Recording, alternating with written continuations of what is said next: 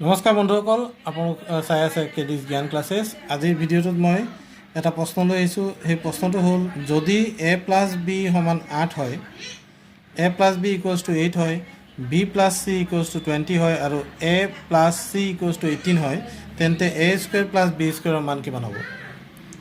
চাওক, এই প্ৰশ্নটো যেতিয়া আপোনালোকৰ পৰীক্ষাত আহে তেতিয়া আপোনালোকৰ হঠাতেই ডিচিজন ল'ব লগা হয় যে কি ধৰণে অংকটো কৰিব। এনেকুৱা প্ৰশ্ন যদি কেতিয়াবা আহে তেতিয়াহ'লে আপোনালোকে কি কৰিব, a + b, ইয়াত দিয়া আছে b + c আৰু ইয়াত দিয়া আছে a + c। গতিকে আপোনালোকে তিনিওটা যোগ কৰি দিব।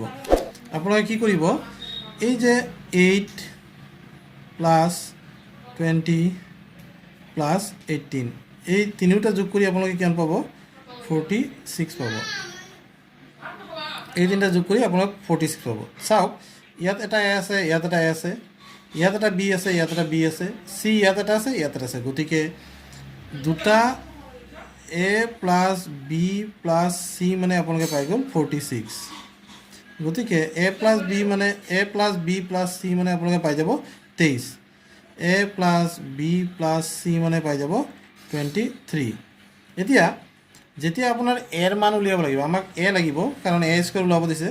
এৰ মান উলিয়াবলৈ হ'লে আপোনালোকে কি কৰিব, b + c অৰ্থাৎ 20টো বাদ দি দিব। a = কি হ'ব? a = 23 - b + c হ'ব। গতিকে 23ৰ পৰা যদি আমি 20 বিয়োগ কৰি দিওঁ, আমি এৰ মান পাই যাম 3। ঠিক সেইদৰে b সমান কি হ'ব? b সমান হ'ব 23 - a + c। এতিয়া 23 - a + c মানে হ'ল 18। গতিকে বিৰ মান আপুনি পাই যাব 5। দেখিলে কেনেকৈ মই a আৰু বিৰ মান উলিয়ালোঁ? এতিয়া a² + b² ওলাব দিছে। a² + b² বুলি কোৱাৰ লগে লগে a মানে আছিল 3, 3ৰ বৰ্গ, যোগ b মানে আছিল 5, 5ৰ বৰ্গ। 3ৰ বৰ্গ মানে 3 × 3 = 9, 3ৰ বৰ্গ অৰ্থাৎ 3 3ৰ লগত পূৰণ, 3 3 × 9, 5ৰ বৰ্গ 5 5 × 25। গতিকে আমি যোগ কৰিলে কি পাম? 25 আৰু 9 যোগ কৰিলে আমি পাম 34। আৰু আমাৰ অপশ্যনত আছে, চাওক ইয়াত a নম্বৰটোতে দি থোৱা আছে 34। গতিকে আমাৰ এনচাৰটো হ'ব 34। এই ধৰণে আপোনালোকে উত্তৰটো উলিয়াব পাৰে।